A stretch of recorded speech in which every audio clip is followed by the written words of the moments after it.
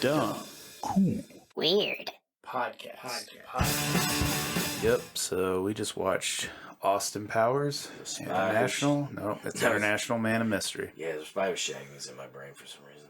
Yeah. Well, second movie's really good. I actually like it more than the first one, but Second movie is better, but I think it has everything to do with what you said. Right? I think they kind of went all out with that first one. yeah, they definitely went all out. Because they weren't sure, like, hey, are you gonna stupid ass fucking thing? I put it on airplane mode. Yeah, just throw it over there. Yeah, anyways, so yeah, they definitely didn't think they were gonna get a second movie because I mean they killed number 2, and in the second movie they're like, yeah, we always knew Vanessa was a fembot, so that means like we were talking about earlier that they tricked her mother into thinking that she had a daughter for all these years. Yeah, it's really, really weird. But it's still a fun movie. You know, this it's got Mike Myers and it's got a lot of cameos. It has Will Ferrell in it. It has Tom Arnold, Seth Green.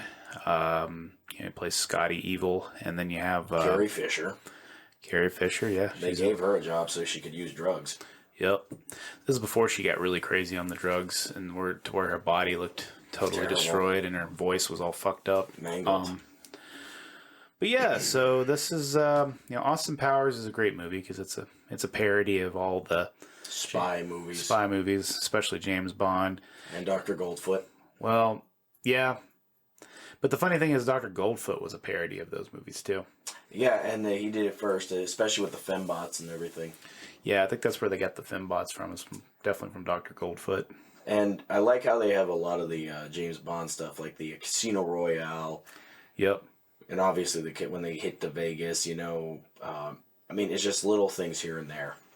Yep. Especially the execution scenes where they're like, yeah, we're gonna put him in an easily escapable situation with one inept guard. Yep. And we're not gonna watch it happen. And Scott Evil's like, let me go get my gun right now. We're gonna pow, pow, pow, shoot them. Shoot them both. It'd be fun. Yeah, pretty much. But let's run through the movie real quick. So basically, Austin. It cuts to Austin and Mrs. Kensington. Mrs. Kensington. Doing their thing. We start with Dr. Evil first, and Dr. Evil has a white fluffy cat, and he's Mr. Bigglesworth. Mr. Bigglesworth, and then basically he murders his entire workforce. Yeah, there's no job security working for Dr. Evil. Yeah, you immediately get fucking killed. So what ends up happening, though, is Dr. Evil comes up with a plan, and basically we cut to Austin, and Austin's getting chased by, hundreds of girls trying to have sex with him. Because it's the 60s. It's the 60s. And in the 60s, you have sex with ugly men. Yep. And so Austin, he goes, what is that? I don't know. It's outside. Yep. Wow. Sorry, folks. We just heard something really weird. Yeah, just something coming in. It's probably the mothership landing. That's okay. I got my gun. We got about 15 rounds, and then we're kind of fucked. What we'll do is we'll use at least 13, and then I'll shoot you, and then I'll shoot me. Well, good to know you'll help me out there. Yeah. Smile for the camera. But basically, what ends up happening though is they end up going to a club, and in the club, basically swingers club. Yeah. So basically, he punches a woman in the face, a waitress, and it turns out the waitress is actually a man baby. And today, this would be considered problematic. Yeah, very problematic. And as he's holding up the man, Dr. Evil tries to shoot Austin with a harpoon gun, not unlike the movie House, where Roger was almost killed by his realtor. Yep. With a harpoon gun. Those harpoon guns are pretty dangerous, man. So what I'm hearing is that what we should have is at least one spear gun. On hand at all times. Yep. So basically they chase Dr. Evil upstairs. He gets in his little egg capsule and he's like, oh, not this time, Austin Powers. Come, Mr. Bigglesworth. And he's about to leave. Literally have 10 seconds to kill this motherfucker. They both him and Mrs. Kensington have guns, but they're just like, let's wait this one out. And then when the doors close, that's when they decide to start shooting at him. Yeah, and then Austin, he just decides, you know what, I'm gonna freeze myself for the next 30 years. Yep. So then we flash forward to the 90s, and Austin Powers is thawed out, but also first, they find Dr. Evil's big boy that took off, and, Nick said all those people probably would have died. Yeah, they probably all would have died in that city block. And basically they see something on the radar, and, the general is talking to, Ron Howard's little brother. Yep. And who looks like his older brother. And they're like going back and forth and arguing. And, we were watching this scene, and there's something I didn't notice when I was a kid, but there was a lot of jump cuts with the footage from the general, and I think it was because that actor probably couldn't remember his lines or something. But he always plays a guy who's in the military or a cop. Yeah, it's always something like that. But, you get a bunch of jokes. He's like, oh, can you feed my goldfish? And then they cut to the, British ministry where they have, Austin Powers, like, frozen along with Gary Coleman and Vanilla Ice. And then they got him on ice. Which, actually, that's probably why they put Gary Coleman and Vanilla Ice in there. That's fucking dumb. That's true. Such a dumb joke. But they thaw him out. He goes through the process. He gets put into the warm liquid goo phase, and then he comes out, pisses his brains out. And then as they're looking at him, he's like, what is the Russians doing here, man? And then they're like, oh, well, the war ended. And he's like, oh, well, fuck those capitalist pigs. Am I right, comrades? He's like, no, Austin, we won. Oh, all right, capitalism, yay. Yeah, because he didn't know what to do, because he's in a world that they didn't fill him in with shit. He doesn't have any idea what's going on. Which is weird, because what would the Russians actually be doing there? Well, it's like I said, it's kind of ironic that it's the British, the Russians, and the Americans, yeah. which is World War II, Yeah, but it still makes you wonder, right? Like, what would the Russian guy be doing there? Yeah, they didn't really specify that, but, I mean, maybe, I don't know. Maybe that's why he's so rich, is they just keep paying Austin Powers. He's got a jumbo jet. Yeah. His cover is that he's like a serious photographer, a modeling agency guy. But what is the royal family giving him a little bit of their shillings so that they can fund him? Yeah, something like that. But then we cut, and then after they have this interaction, then we cut back to Dr. Evil. Dr. Evil was thawed out, and Mr. Bigglesworth was fucked up, and then he's scolding Mufasa. And that's Mustafa. Whatever his name is. Mustafa, Mufasa. It's the same shit. Jafar. Mustafa is like, they basically sprayed a bunch of like gray hair on fucking Will Ferrell's face to make him look old. And Will Ferrell is actually really funny in this movie. I'm not a big Will Ferrell fan, but I thought he was really funny in this movie. He's like, but I did account for the feline during the frozen process.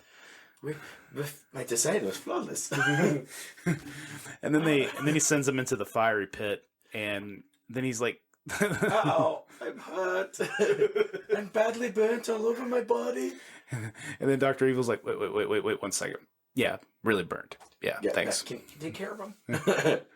Oh, thank God! You hear a million. Bam! Shoots him. You shot me in the arm. Bam! And then he kills him. That was good.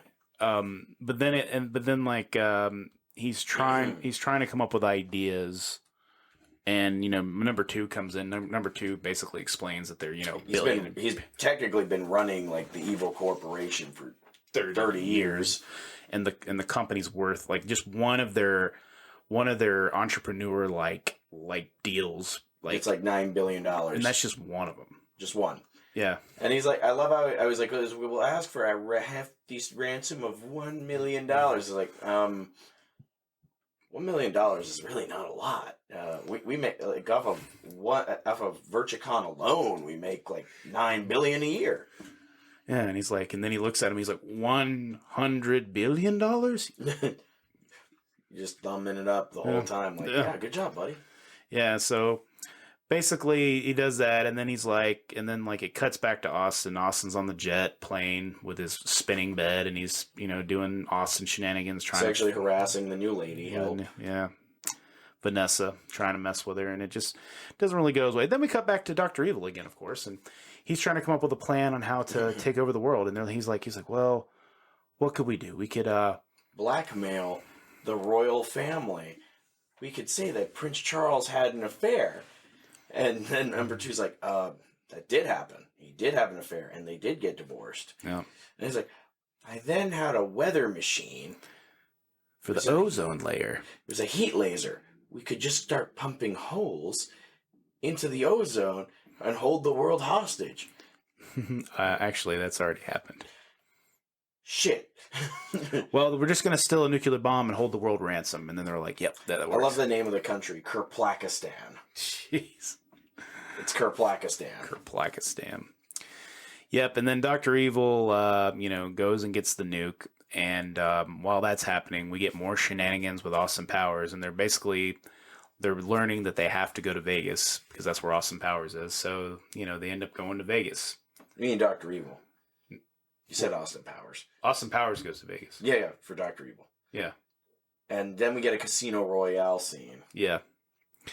Yep. And then after we get the Casino Royale scene where he actually, I think Dr. Evil makes the ransom, bid first to the UN.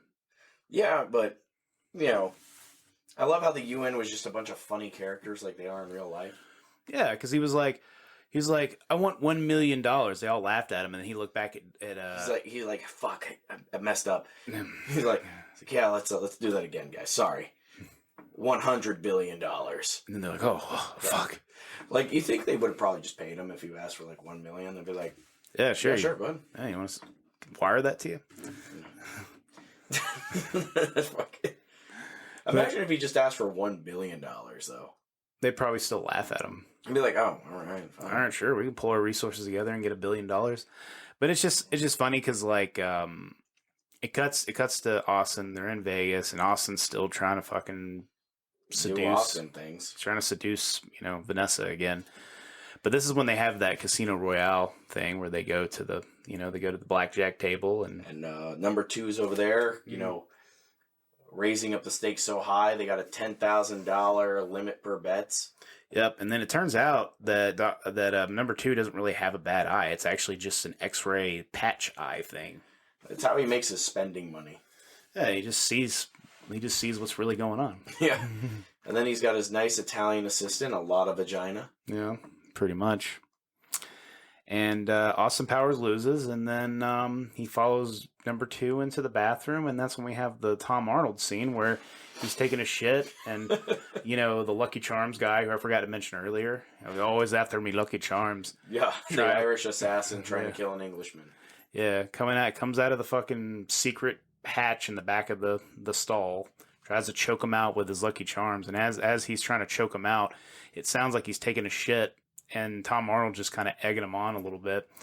And then, like, he puts the Irishman's face in the fucking, like, gives him a fucking, like, an extended swirly. And, like, while he's giving them a swirly, like, he's going... I'm gonna put it out there, right? I think Austin shit his pants, the second he was attacked. And that poor little Irish assassin is, like, actually drowning in feces. Yep. So he's just trying to get the fuck out of there. He's like... Yep. It's probably like, mercy, please, my God. Yep, and then after he murders the Irishman, Tom Arnold's character is like, damn, boy, what did you eat? Good God. I love before that, though. He's like, oh, you part of the show? Oh, no, I'm English. And then Tom Arnold's like, oh, I'm sorry. Such an insult. But, yeah, so they leave. Vanessa and Austin have their little, like, romantic thing where they... The next day. Yeah, they, like, basically drive through the city and on this thing, and they're, like... And he's, like, basically on top of a British, like, bus. Double-decker bus in the middle of the Vegas Strip. Yeah, which is really weird.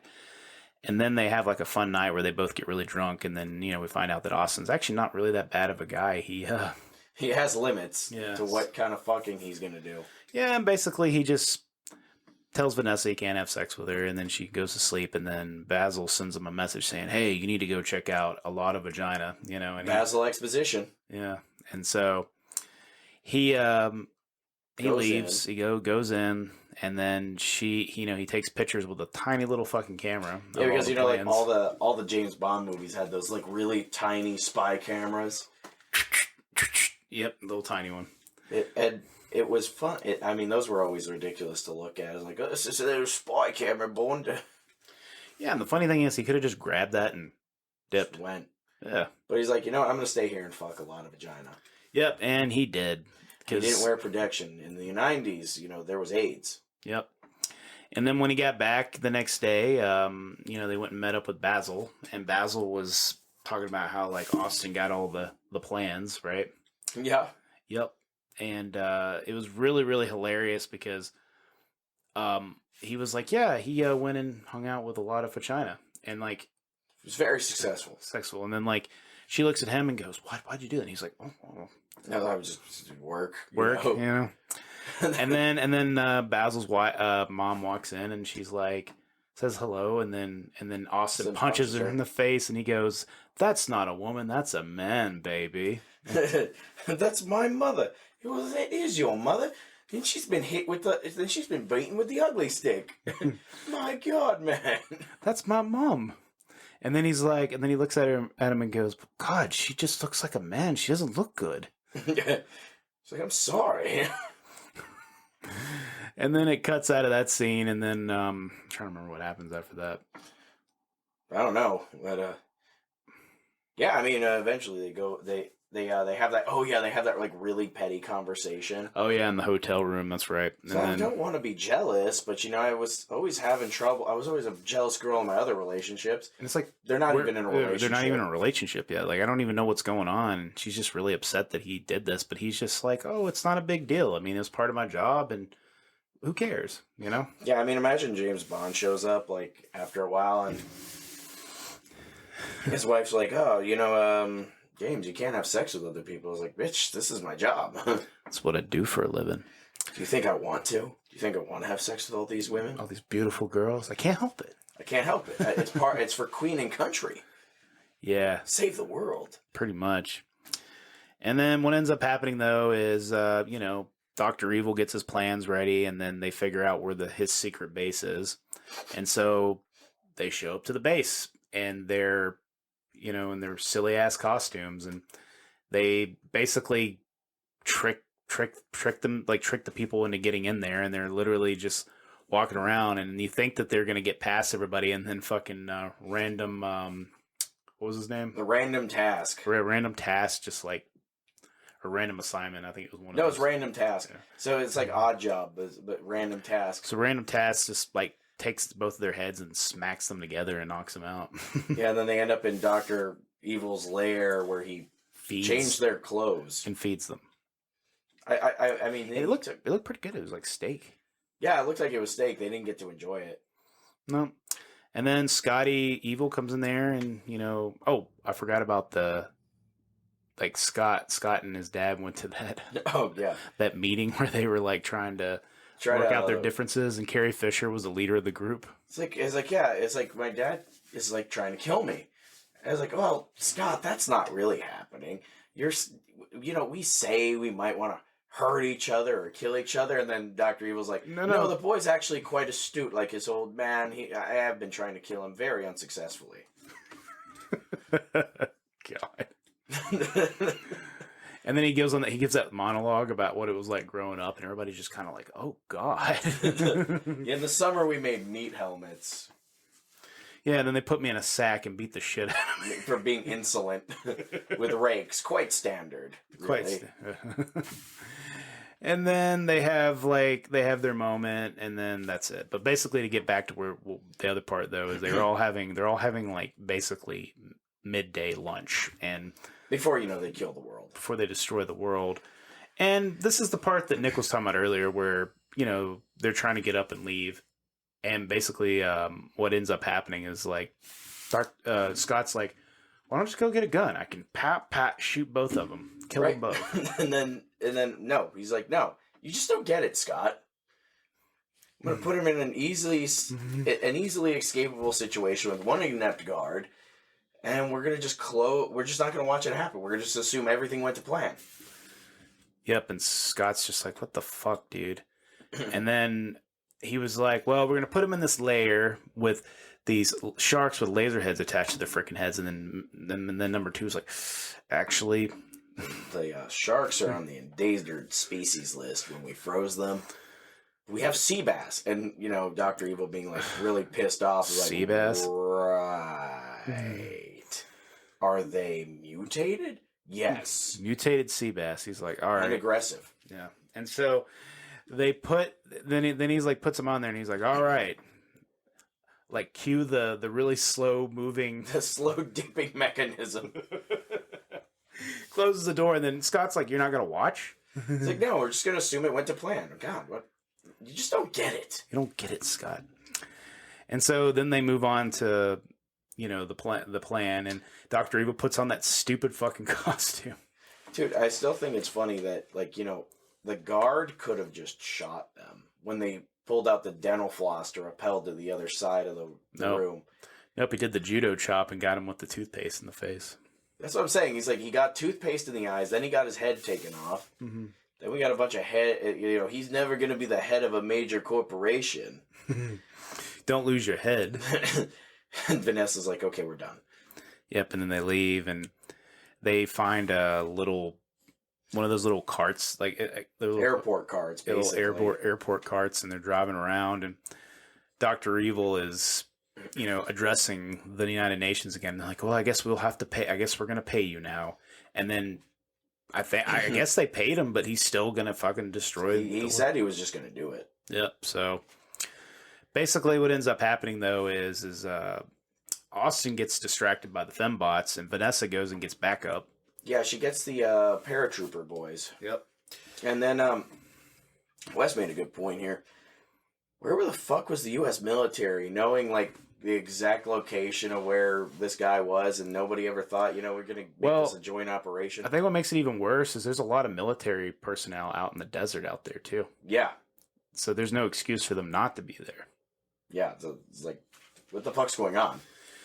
I love how right before, when he sent the video with the presentation of what's going to happen to the Earth to the UN, he gave them his exact location. Pretty much, yeah. But then Austin's being distracted by the fembots. The fembots are using their fucking tits to shoot out this pink gas, and it's supposedly loving them up. Manipulates them. But then it cuts back to Vanessa, and she's got her fucking crazy ass big gun, and she's getting her Desert Eagle. Yeah, and she's snap her wrist. Yep. And then they're basically heading out, and cuts back to Austin, and Austin's trying to leave, and they're like, "Oh no, Austin, where are you going?" And he's just you can't resist us. I can't resist you. You can't resist me. Yeah. He just starts taking off his clothes and dancing. Yeah, and they basically start fucking malfunctioning, and then Vanessa shows up, and she sees them dancing after they all blown up, and she's like, "Austin, what's going on?" And he's like, "Oh, it's not what it seems." It's their mojo was mixing with my mojo, and just cross mojo, and the head exploded. And then both the paratroopers are just nodding, we get you, man. Yeah, and they're just like, "Okay, I believe you," and get dressed. And he's like, "Okay." And then they did a little subtle gay joke with the black guy. I don't know what that was all about. Don't ask, don't tell. Yeah. So then Austin, so basically they've already fired up the fucking thing, and a couple people, one person looks like they fell into the fucking crater where they were digging, and then like we were saying, no job security at this place, and then everyone bursts in, and everybody's shooting. Yep. No job security. You're just gonna die. Yeah, and so basically they end up stopping it, and Dr. Evil runs away. But the funny part about that whole sequence where they're shooting people is the fucking Russian guy that's still going on the microphone, and he's got debris in his hair, and he's got it looks like he's got something exploded in his face. And then he hits the button, and the guy, and he goes, abort. Look what he goes when he finally meets up with Dr. Evil again, and then play the good old switcheroo. It's don't worry, Austin, take him out.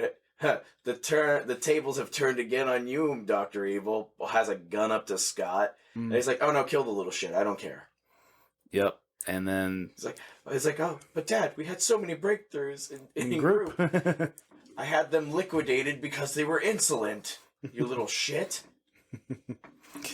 Yep, and then in all the confusion, all of a sudden you just see fucking number 2 walking out with a half fucking fembot and a suitcase. Yeah. And he has another briefcase full of money. And then Dr. Evil's like, "Oh, number 2, it's you." And then he comes downstairs and he's like, Dr. Evil, I've been running your companies for he's like, I took these shitty. I've been running your company for 30 years. I almost got an interview with Forbes, but because of your silly, stupid ideas. Yeah, he said, I took your crappy, evil companies and I turned them into these big corporations, and I almost got interviewed by Forbes. And then basically Dr. Evil's like, shut up, number 2. And he's like, stop. I won't be treated like this. And then he looks at Austin and says, Austin, I think I have an offer for you. Yeah, and we never got to hear what the offer was. He just killed him. He was like, yeah. And that's what I'm saying. Like, I don't think they knew that this movie was going to make another sequel. Honestly, it looked like Austin was kind of interested in the offer. I mean, I would be curious too what number 2 had to say. If he was able to turn those shitty companies into profitable corporations, yeah, I'd be curious. Yep. And basically, we have the fucking sequence that they have from every fucking Bond movie. He hits the fucking button, self-destruct in 30 seconds, and they all run out of there. Somehow everyone gets out. Yep, the place fucking explodes, and we get a stock footage explosion, and then we cut to the hotel room. Apparently, Austin and Vanessa are married and having their honeymoon, and Random Task shows up. Yep. After they have their Basil exposition moment. Yep. Throws a shoe at Austin. Austin pulls out the penis pump and pumps up his dick, and then Vanessa hits him in the head with a fucking Chardonnay bottle, and he's dead. He's dead. They really card him. Yep.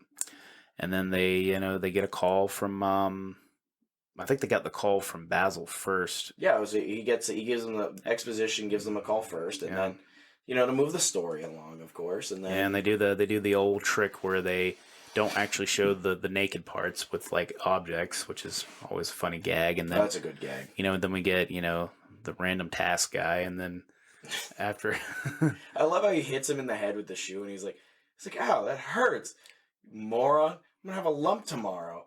I was like, "Who throws a shoe? Honestly, you fight like a woman." Yep. And then the movie just sort of ends, and we kind of know where it goes from here because we've seen all the movies. It turns out Vanessa's a fembot, but like he said, it's almost like they didn't know if this movie was going to have a sequel or not, because number 2 was killed. Yeah, and then Vanessa's a fembot in the second movie, and number 2's back because he. But you don't see Mrs. Kensington. You don't see Mrs. Kensington again in the future movie. I guess we just assume she died of old age. Probably, yeah. I mean, number 2 owned Starbucks in the second movie. That's true. He did. But Dr. Evil got frozen again up there with Mr. Bigglesworth. He did, but here's the next weird part, right? He's frozen for a year, and then he goes right on television, national television, on Jerry Springer. Yep. The U.S. government's really terrible at tracking this evil man. What's crazy is that's the sequel to the first movie didn't come out for 3 years. We didn't get that movie till 2000. Yeah, 2000 or 2001. That took forever. And then we didn't get we got Goldmember was a couple years later. So that's 2002 or something like that when we got Goldmember. So it was I think it was 2003. So it was 97, 2000 or 2001, and then 2002 or 2003. Yeah, something like that. That's a long time for to wait for a sequel like that, because it's not like a big movie like a Marvel movie where it takes a long time with CGI to make it. It's actually easier to shoot something. I think it was just the planning around it. Now, I won't lie though. The thing about the first movies, it feels out of place with the second two. Yeah. The vibe was different too. Yeah. But it was a 90s movie, so it was makes sense. Early 2000s movies were kind of gay. Yeah. Kind of fun or kind of gay. So let me ask you this. What is the dumb, cool, and weird about this? What's the dumb? Oh, man. All right. So, clearly, I think it's dumb that they're really this concerned about Dr. Evil. Yeah. And that the thing that's dumb is that Dr. Evil is you know what? We're just going to do old Cold War, hold the world hostage bullshit. Mm-hmm. When he could have just, become super rich off of his corporations and just done more crime. Yep. He just could have owned more of the corporate structure of the world. But like I said, Dr. Evil's kind of a moron. But that's what I'm saying. It's It's kind of stupid. And that's what number 2 was trying to get him to do, is like always play the market better. Yep. And I get it. That's the dumb part of the movie. And I think the cool part of the movie is I think they really captured the vibe and the essence of the 60s pretty well with this movie. They did. You know, I really, the music, the way that Austin was dressed, his mannerisms, all that, like it definitely was cool how he was that fish out of water. He was from the 60s, transplanted into the 90s, and he just wasn't aware of his surroundings. And I like that part of it. I think the thing that's dumb is that nobody decided to tell him what was going on for the last 30 years, like with him or Dr. Evil. Yeah. Like nobody, they just unfroze them and like, they'll figure it out. Yeah. They weren't like, we should probably like update them on current events or some shit. Yeah. What do you think was weird about it? I think the weird stuff is kind of what we covered, right? Is like, they didn't know that this was going to go anywhere. So when they set up the next movie, they already had number 2 killed. Yeah. I mean, and then they decided in the next movie, they were like, well, Vanessa's a fembot now. Yep, that is pretty weird. I also thought it was weird how, like, what was it? It was, sorry, having a moment here. No problem. I thought it was weird how his teeth were fine one moment and then shitty another moment. Okay. That was really weird. So I think it was just because of the prosthetics and everything. Like they couldn't keep like him with like full British mouth going on. It was just really weird. I mean, because we saw it. We were just like, I mean, his teeth look fine right there. Wait, now his teeth look shitty again. What the fuck? Actually, you know what's weird for me? It's when we were talking about the Scott thing, right? Like, so Scott has known that his dad is in space for 30 years. Yeah. And now he's like, I hate you. I don't love you at all. It's like, you would think that they would somehow have like groomed him in the right direction. Well, I guess his henchmen are just as incompetent as him, except for number 2. But that's what I'm saying. Number 2 is just like, yeah, why did we make this kid? And Frau Farbissina is just like, we'll just stick him in a room. Yeah, I mean, she was pretty smart too. She invented the fembots. Fembots were a pretty good concept on paper, but they sucked. I mean, yeah, it's kind of stupid. Now, but the thing is like, number 2 is like the only one who's like confidently running any of this. Yep, and then he murders him, but then he comes back, which is weird. So basically, number 2 is like the number 1 bad guy, and if you want to think of like a marriage, like number 2 is like the actual villain, and Dr. Evil's like the villain's wife. He has all these frivolous, stupid hobbies. Yep. And number 2 is just like, it's okay, honey. Here's $1 billion. Hire your henchmen and do something stupid. Yep, that's probably not going to work. I'm going to keep running the business. Do good for daddy. It's kind of because look at the third one. He owns Hollywood. Oh, yeah, that's right. I forgot about that. Which is a great cover. They say they're going to release a 4th one. I don't know when that'll happen, if that'll happen, but if it ever does, we're definitely getting tickets to that and going and watching that. Yep. Yeah, we are.